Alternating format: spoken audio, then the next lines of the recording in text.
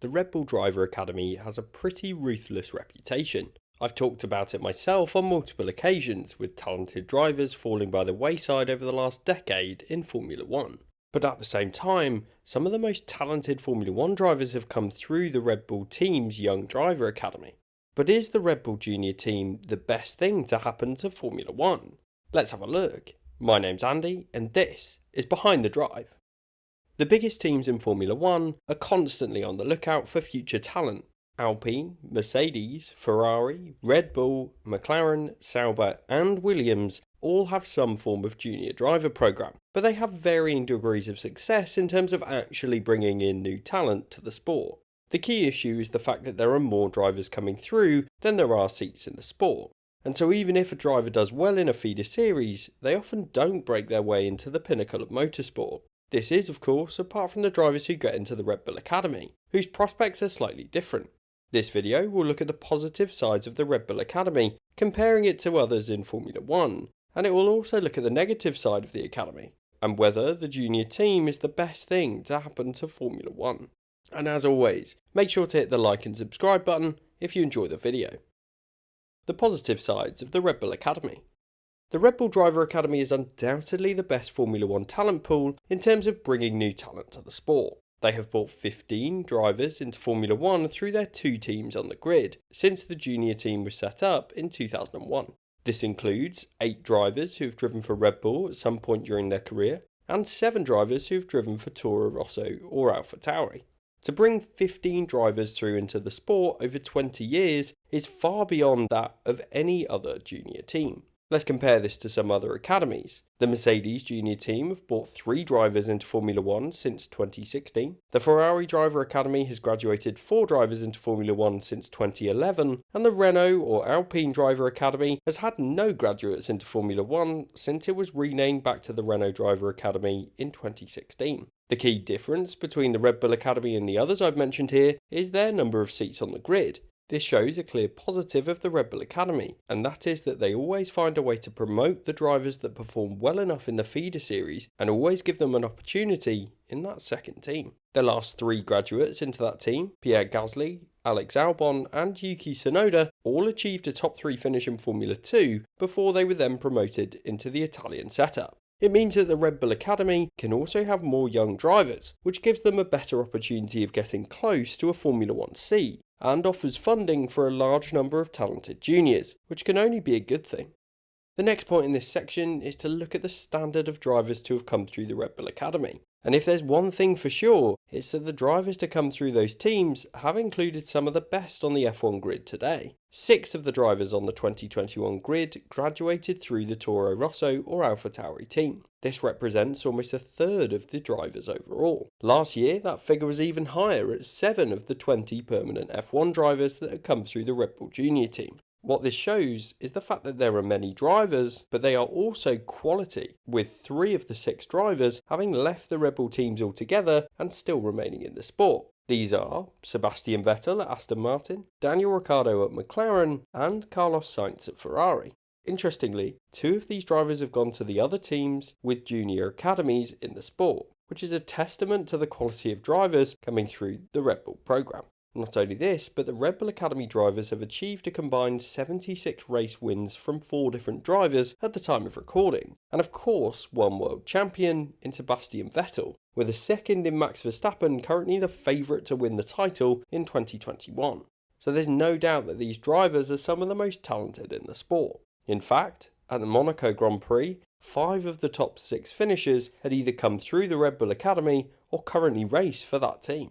The quality of these drivers is therefore very clear, but the reason for that is because progressing through the Red Bull Academy is set up as a survival of the fittest. There are some seriously talented drivers that have come through the Academy and have failed to even make it into Formula 1 as they were cast by the wayside. Take Formula E champion Antonio Felix da Costa or Patricio O'Ward, who currently sits second in the IndyCar Championship, who have both been in the Red Bull Junior team through the early stages of their careers. Plus, even once the drivers graduate into Formula 1, it doesn't end there, as recent casualties of the ruthless nature of the Red Bull teams would attest, but more on that later in the video.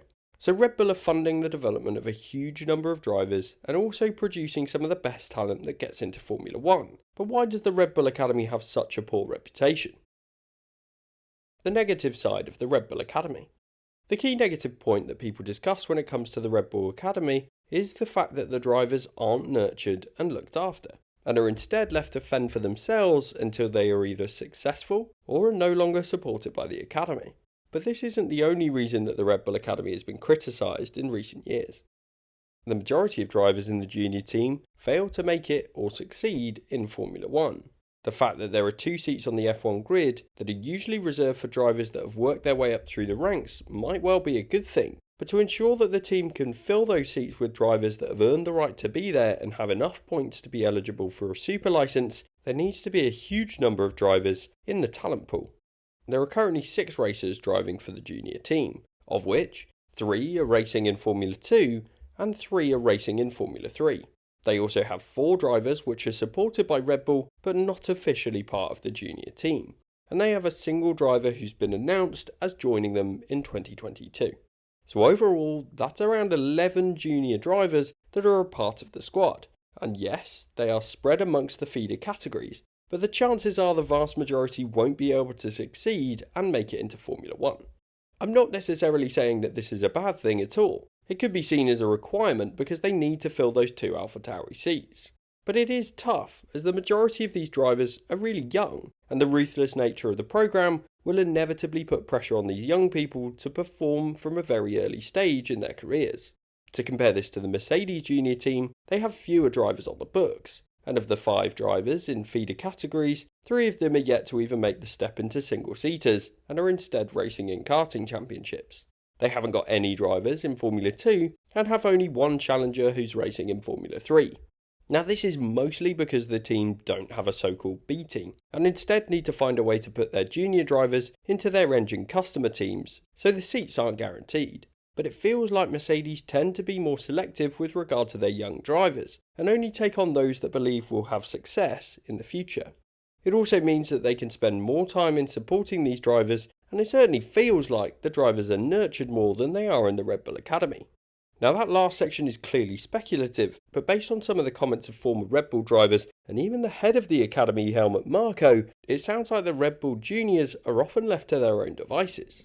Marko has been quoted as saying, "If people are not performing in the junior categories, or if they have the weakness that they couldn't get rid of after a couple of races, we basically stop supporting them."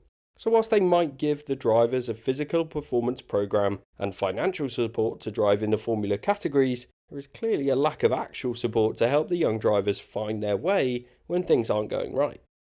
The other primary criticism of the Red Bull Junior team is the fact that they chop and change drivers even once they're in Formula One. So this same attitude exists for the drivers that do make it. There are 3 drivers that in the last 3 years in particular have suffered as a result of this.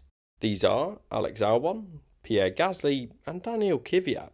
Currently only Gasly remains in Formula 1 and has occupied an AlphaTauri seat for the last couple of years despite being demoted by Red Bull in 2019. At the same time, Daniel Kvyat has been in and out of the Red Bull seats, with a stint in both Toro Rosso and Red Bull between 2014 and 17, followed by another stint with the second team between 2019 and 20.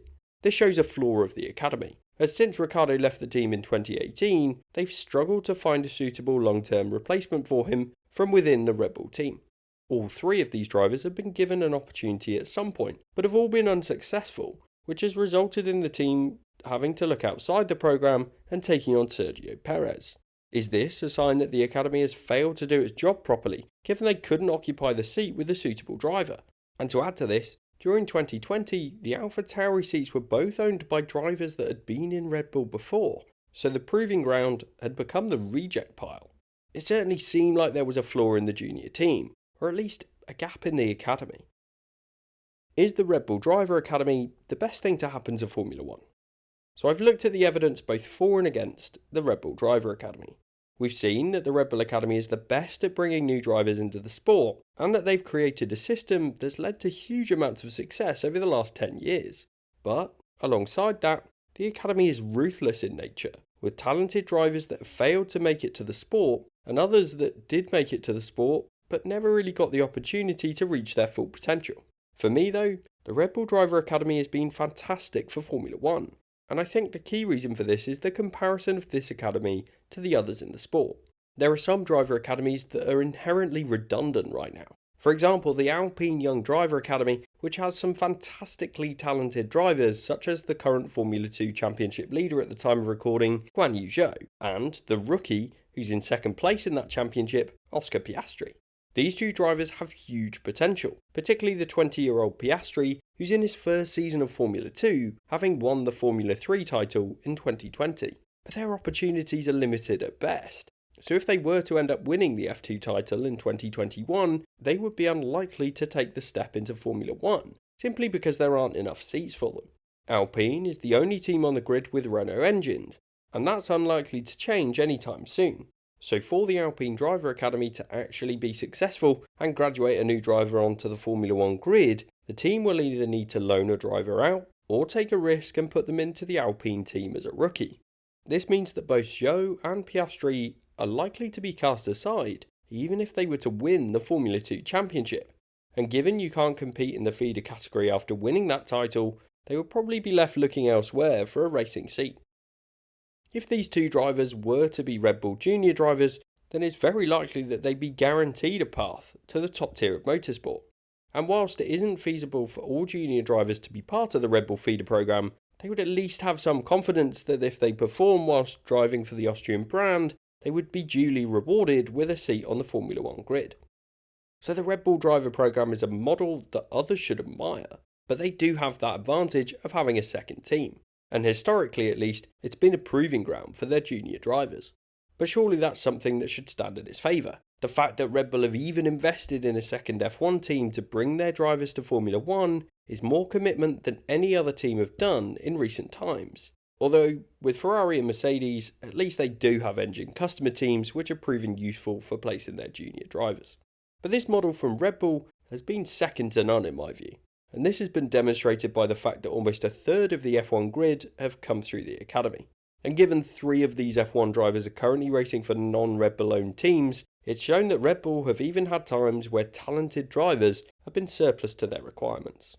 So in my view, the Red Bull Academy has been huge for the sport, particularly once the team bought out Bernardi to create Toro Rosso in 2006 and created the first so-called B team in Formula 1. To have that environment is fascinating when it does offer an opportunity for some of the brightest talent in the sport has ever seen to compete in the sport.